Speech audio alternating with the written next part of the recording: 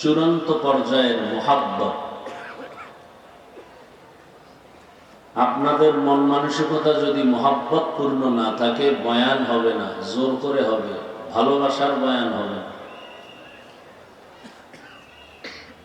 আপনাদের মুহাব্বত চূড়ান্ত পর্যায়ে, তা বুঝবো কি করে? যদি অধীর আগ্রহে শুনতে থাকেন।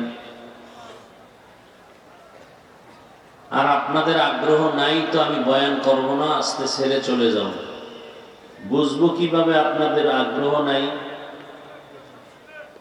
যদি উঠা বসা করেন, মোবাইল নিয়ে ব্যস্ত থাকেন, বোঝা গেল আপনার অন্তর সঠিকভাবে এদিকে পূর্ণ মুহাব্বতের সাথে নেই। অতএব জোর করে বয়ান করার কোনো যৌক্তিকতাও নাই, ছেড়ে চলে যায়। যেহেতু আসছি, আপনাদেরকেও আল্লাহ নিয়ে আসছেন, আমরা কেউ জোর করে আসতে পারিনি। অতএব এই বরকত থেকে যেন বঞ্চিত হয়ে না যায়।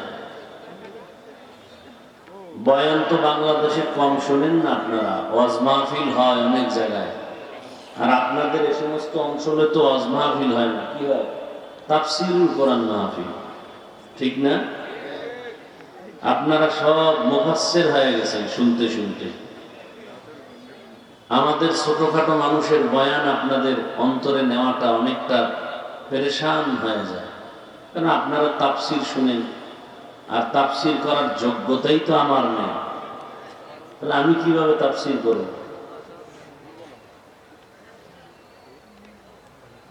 আমার ইলম নাই, আমল নেই। এরপরও কেন এখানে দাওয়াত দিছে আর আপনারা কেন আসছেন তাও বুঝি না। আল্লাহর উপরে ভরসা করে আয়াত পড়ছি, হাদিস পড়ছি, এবার এর উপরে কিছু কথা বলব।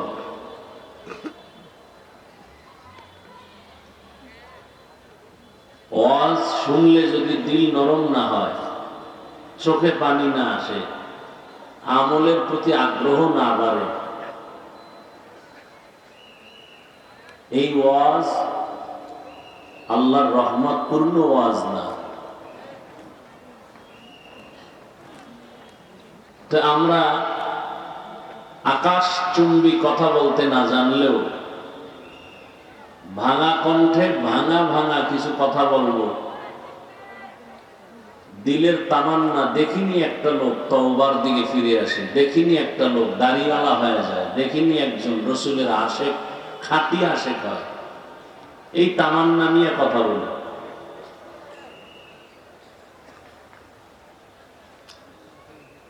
আলহামদুলিল্লাহ, এতে আমরা পিছনে নেই,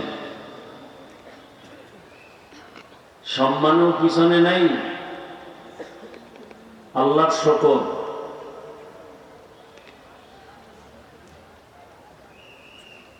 বলতে গেলে বহু কথা মানুষ বলবে, কার মুখে কে তালা দিল। আপনাদের পেটে অনেক ক্ষুধা মনে হয়, কিন্তু দুঃখজনক যে আপনাদের জন্য এখানে কোনো খানার আয়োজন নেই। তবে আপনাদের পেটের ক্ষুধা নিবারণের জন্য নিজের টাকায় কিছু খেতে হলে বিভিন্ন দোকানপাট আপনাদেরকে অপেক্ষা করতেছে। দয়া করে সেখানে চলে যান। ওয়াজের প্যান্ডেলে দৃষ্টতা দেখাবেন না। কোরআনের বাগানে বসে বসে আমি বয়ান করব আর আপনি বাদাম চাবাবেন, চানাচুর খাবেন। থামেন, হাসতেছে কি, মজাক করতেছেন, মস্কারি করতেছেন না?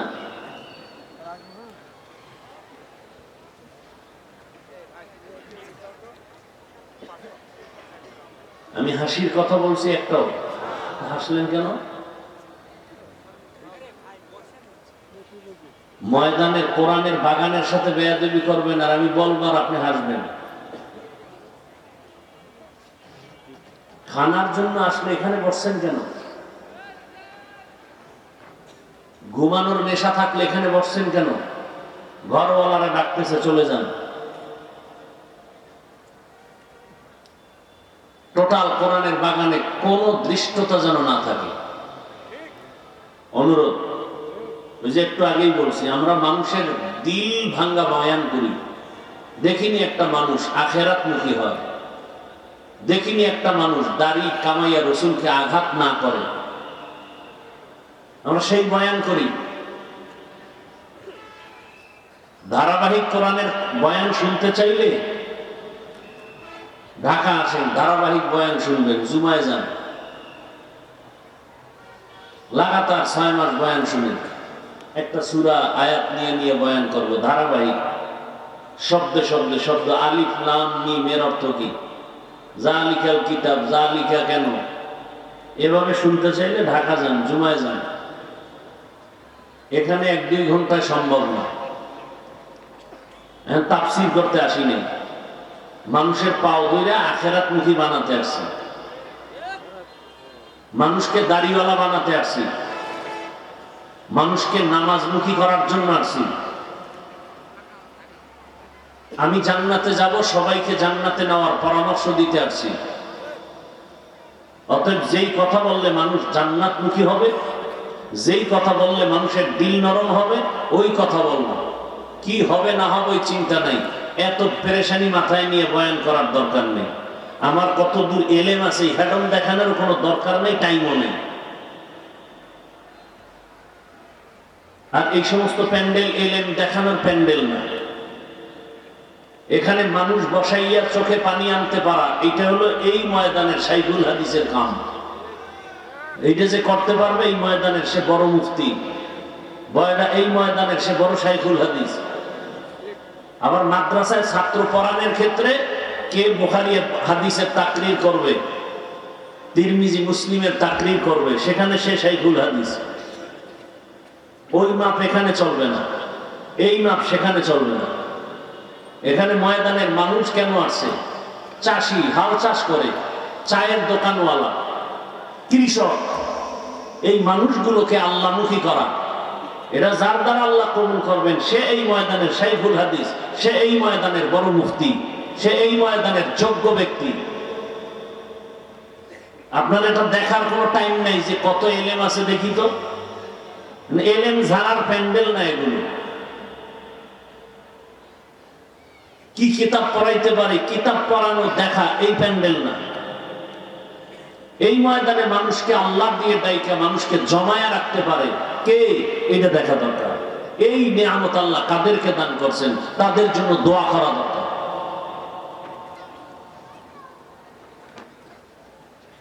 আল্লাহুম্মা ইন্নী আউযু বিকা মিন যাওয়ালি নি'মাতিক, এই দোয়া পড়বেন। আল্লাহুম্মা ইন্নী আউযু বিকা মিন যাওয়ালি নি'মাতিক। আমিন। আমিনও কয় না, বুঝেও না, কয় না। এই দাদা বাদামওয়ালা, বের হ, এতক্ষণ বুঝাইতেছি শুনো না?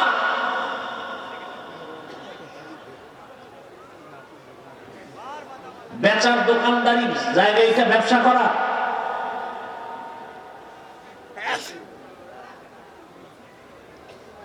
বয়ান শুনতে আসছেন আপনি, কেন এই বেয়াদবিটা করবেন কোরআনের বাগানের সাথে? কেন করবেন? কি নিবেন আজকে বয়ান থেকে? একজন একটা বেলুন কিনছে, এটা নিয়ে বাসায় যাবে। বয়ানে আসছে বেলুন কিনছে, প্লাস্টিকের মাছ কিনছে। বউ জিগাইলে বলবে মোনাজাতে বেলুন কবুল হয়ে গেছে।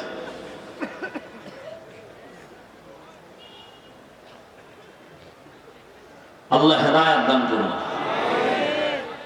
2 ঘন্টা না খাইলে মরে যাবে? বাদাম খাইলে পেট ভরে যাবে? আমরা যে সমস্ত মুরব্বীদের থাপ্পড় খাইয়া, লাত্তি খাইয়া এই চেয়ারে বসছি, এদের সামনে বয়ান চলাকালে কেউ কথা বললে স্টান উঠায় মারত। বরগুনার পীর সাহেব, চরমনাইয়ের খলিফা, চরমনাই উজানির খলিফা, উজানির কারি ইব্রাহিম রশিদ আহমদ গাঙ্গুহির খলিফা, রশিদ আহমদ গাঙ্গুহি হাজী ইমদাদুল্লাহ মুহাজির মক্কির খলিফা,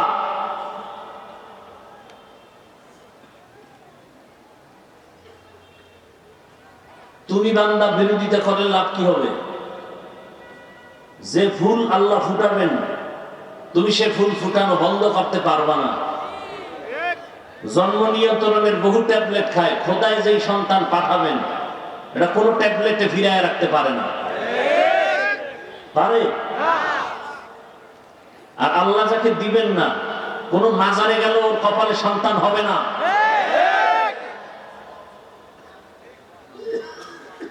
বান্দা চাইলে কিচ্ছু হয় না, আমার আল্লাহ চাইলে সব হয়।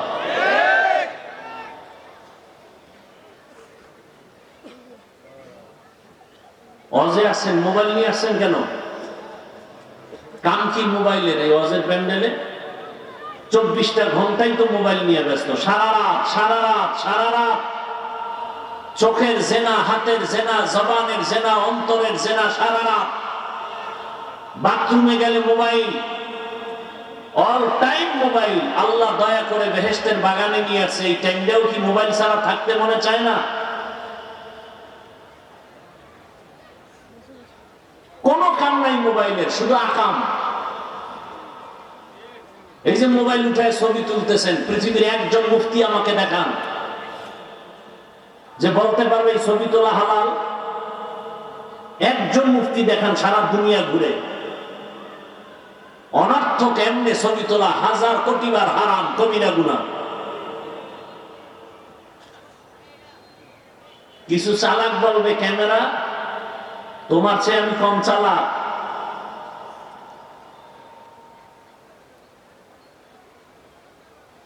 আল্লাহ হেদায়েত দান করুন। বয়ান শুনবেন? তাহলে ধৈর্যের সাথে বসেন আর দোয়া করেন। দোয়া লাগবে না? দোয়া দরকার, এটা বড়, সব থেকে বড় পুঁজি। উঠা বসা করবেন না। কেউ উঠতে চাইলে 2-3 জন ধরে, আমি যেন টের না পাই, জাগাত সহায় ফেলবেন যে তুই এখানে ঘুমা।